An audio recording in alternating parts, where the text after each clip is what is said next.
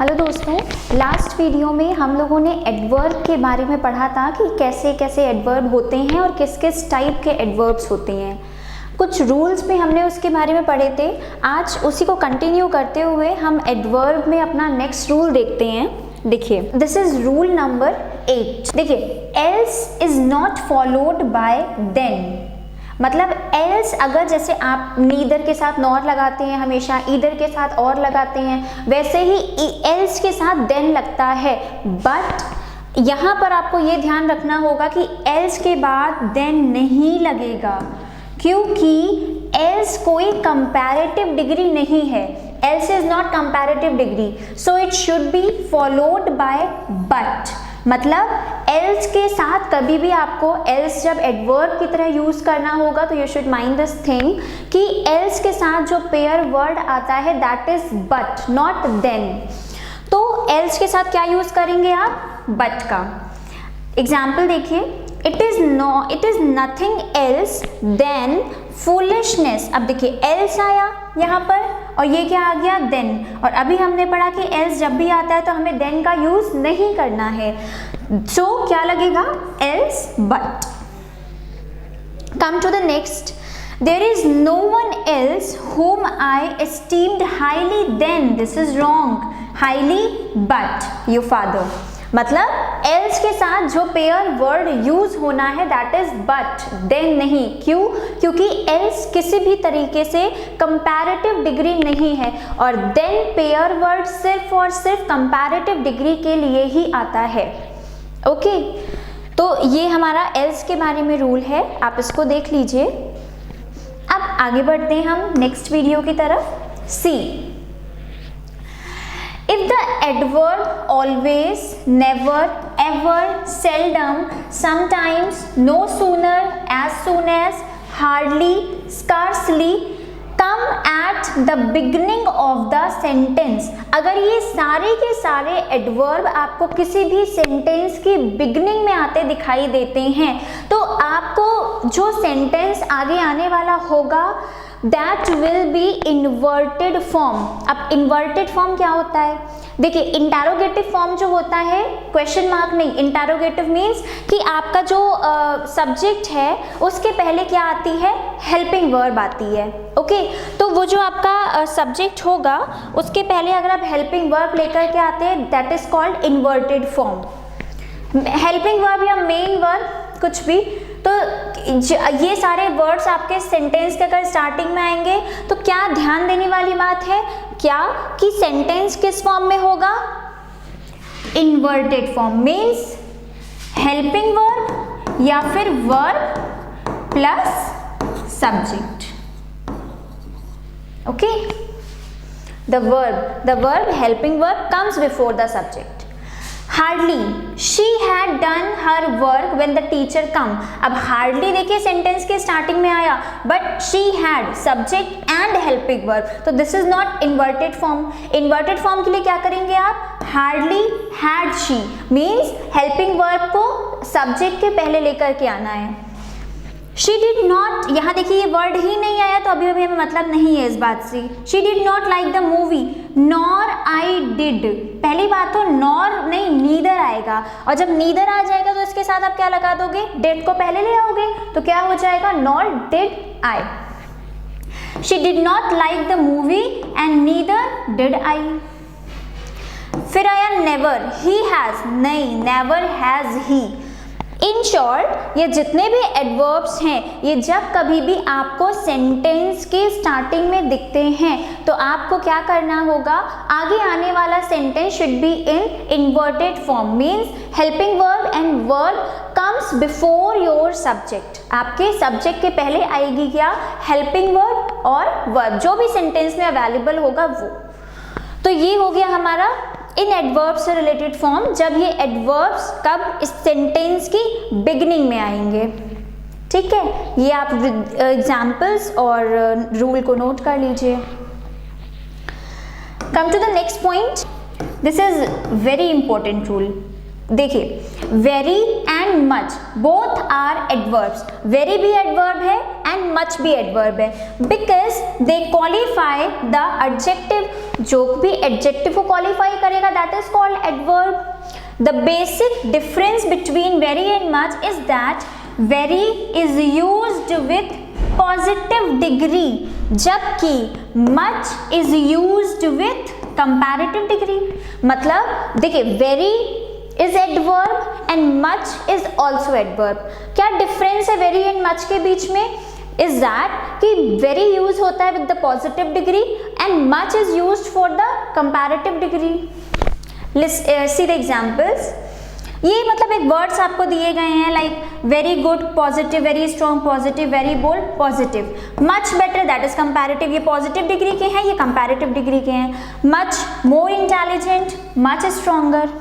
अब ये एग्जाम्पल लिखा है, he is much more honest than his brother. More honest than means comparative analysis हो गया हमें यहाँ से, तो हमने क्या यूज कर दिया? Much. You are a very good player, तो this is a sentence belongs from positive degree, तो हमने क्या यूज किया? वेरी। सही है दोनों सेंटेंस, मतलब वेरी पॉजिटिव डिग्री के साथ, मच कंपैरेटिव डिग्री के साथ, बट दोनों के दोनों यूज कैसे होंगे? एडवर्ब, क्योंकि ये क्वालिफाई करेंगे एडजेक्टिव को, और एडजेक्टिव की डिग्रीज है हमारी positive, comparative and superlative. Easy, इसको देख लीजिए। अब आगे बढ़ते हैं। देखिए, दिस इज जितनी इंपॉर्टेंट टू दी पावर 4, 5 आप कुछ भी लिखना चाहें आप लिख लीजिए। क्यों? क्योंकि ये इनफ एक ऐसा वर्ड है जो कि दो काम करता है, एडजेक्टिव का भी और एडवर्ब का भी। If it works as an adverb, जब इनफ आपका एडवर्ब की तरह काम करेगा तो ऑब्वियसली ये एडजेक्टिव को क्वालिफाई करेगा, और जब ये एडजेक्टिव को क्वालिफाई करेगा तो हम इनफ को लाएंगे आफ्टर एडजेक्टिव जिसको वो क्वालिफाई कर रहा होगा। और जब ये इनफ आपका एडवर्ब की तरह काम करेगा तो एडवर्ब क्या होता है? नहीं, मैंने गलत बोला।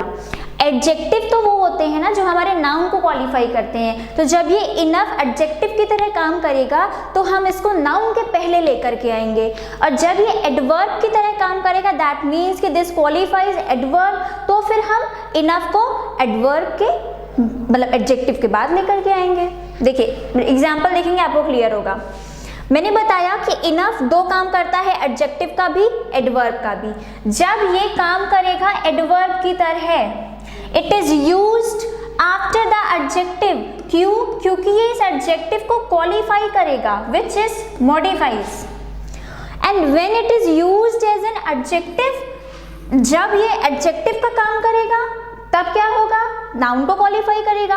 तो जब नाउन को क्वालिफाई करेगा तो हम इनफ को कहाँ लेकर के आएंगे? नाउन के पहले obviously. It is used before the noun which it qualifies.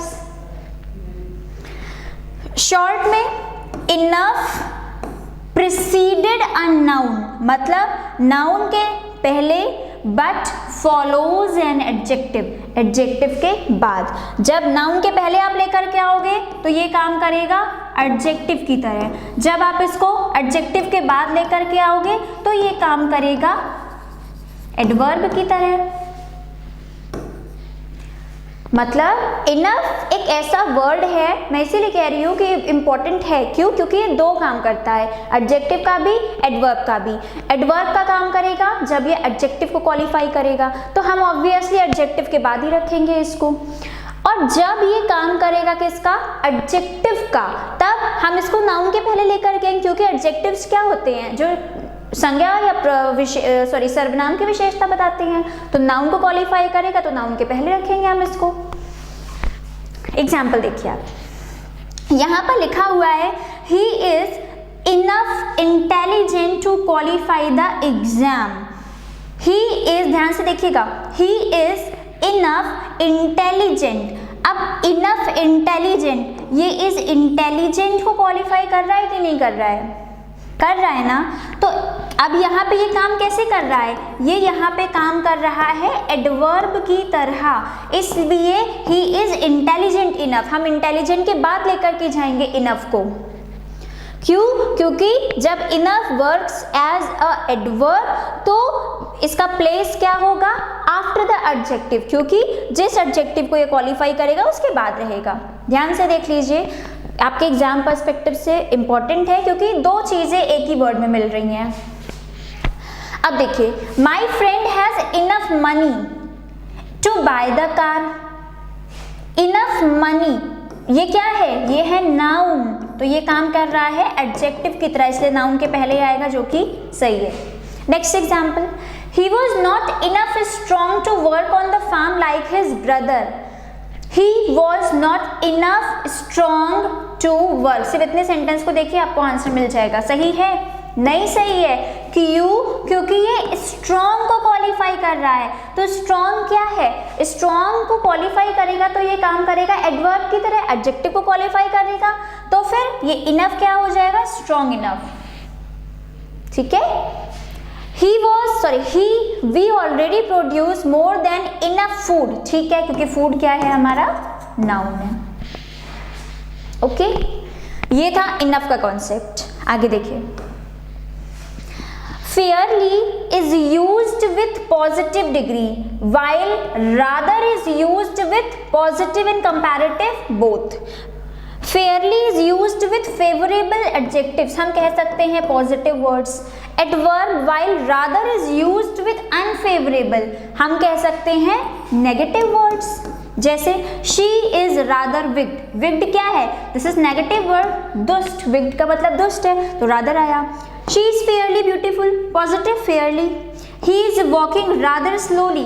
slowly कोई negative word नहीं है, but हाँ unfavorable word है, तो इसलिए क्या आया? rather आया। सिर्फ इतना ध्यान रखना है, fairly is used with the favorables and rather is used with the non-favorables। rather is also used in case of preference। आप अपने प्रायोरिटी दिखाने के लिए कि क्या मतलब दो चीजों में से कौन सी चीज आपके लिए प्रायर है, आप उसके लिए भी rather का यूज करते हैं। would rather, had rather, मतलब टेंस के according rather than are used to express preferences। I prefer swimming rather than cycling।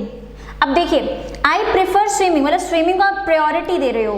I would rather stay than go मतलब go के कंपैरिजन में you are giving prior to stay। I had rather go than stay। अब यहाँ पे आपने किसको prefer किया? go को। He wanted to be an actor rather than a comedian। actor आपने प्रेफर किया एक्टर बनना इन कंपैरिजन टू कमेडियन बनने के लिए, तो rather आप यूज कर सकते हैं अपनी प्रायोरिटीज दिखाने के लिए भी। ठीक है, और किसके लिए अभी हम लोग ने पढ़ के आए कि rather का यूज होता है अनफेवरेबल कंडीशंस या वर्ड के लिए, अनफेवरेबल्स के लिए। ओके, देख लीजिए इसको। एक और चीज है रादर के लिए, rather is also use to correct our statement that we have just said. जैसे the fruit is rather like a sweet chestnut. The fruit is मतलब आप उसको करेक्ट कर रहे हो कि मतलब the fruit is rather like, fruit कैसा लगता है? स्वीट चेस्टनट की तरह। नेक्स्ट एक और रादर के लिए है, rather is used before the verbs that introduce our thoughts and feelings. मतलब जो ऐसी वर्ब्स हैं जो आपके कोई थॉट को या फिर कोई आपकी फीलिंग बता रही है, तो वहां पर भी रादर का यूज करते हैं।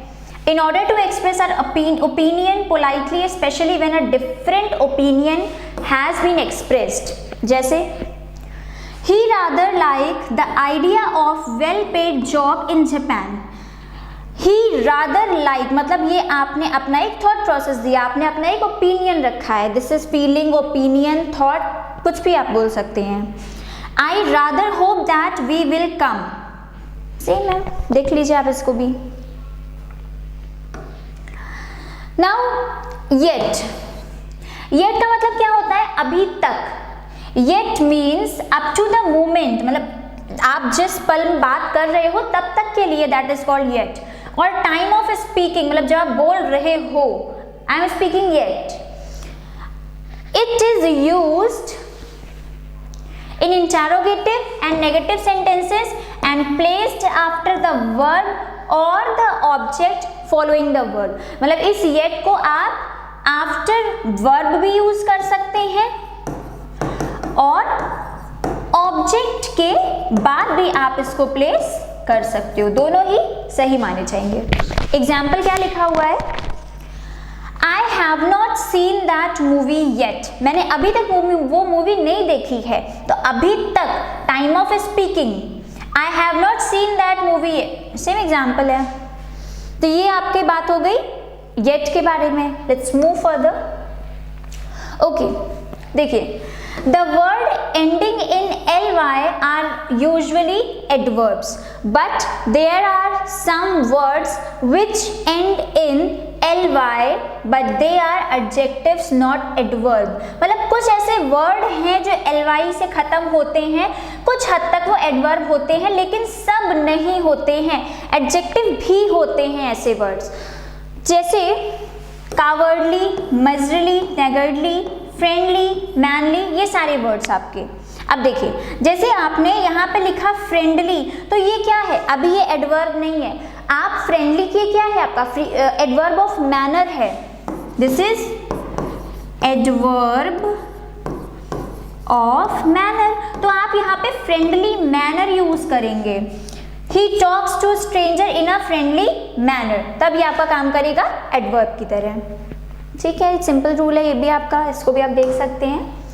तो यहाँ पे हमारा एडवर्ब खत्म होता है, हमने एडवर्ब भी कंप्लीट कर लिया है। तो नेक्स्ट वीडियो में एक नेक्स्ट चैप्टर के साथ हम लोग स्टार्ट करेंगे। Till then bye bye and take care, thank you. अच्छा सुनो, चैनल को सब्सक्राइब करो, उसके बाद घंटी बजा देना ताकि अगली वीडियो आपसे मिस ना हो पाए। Thank you.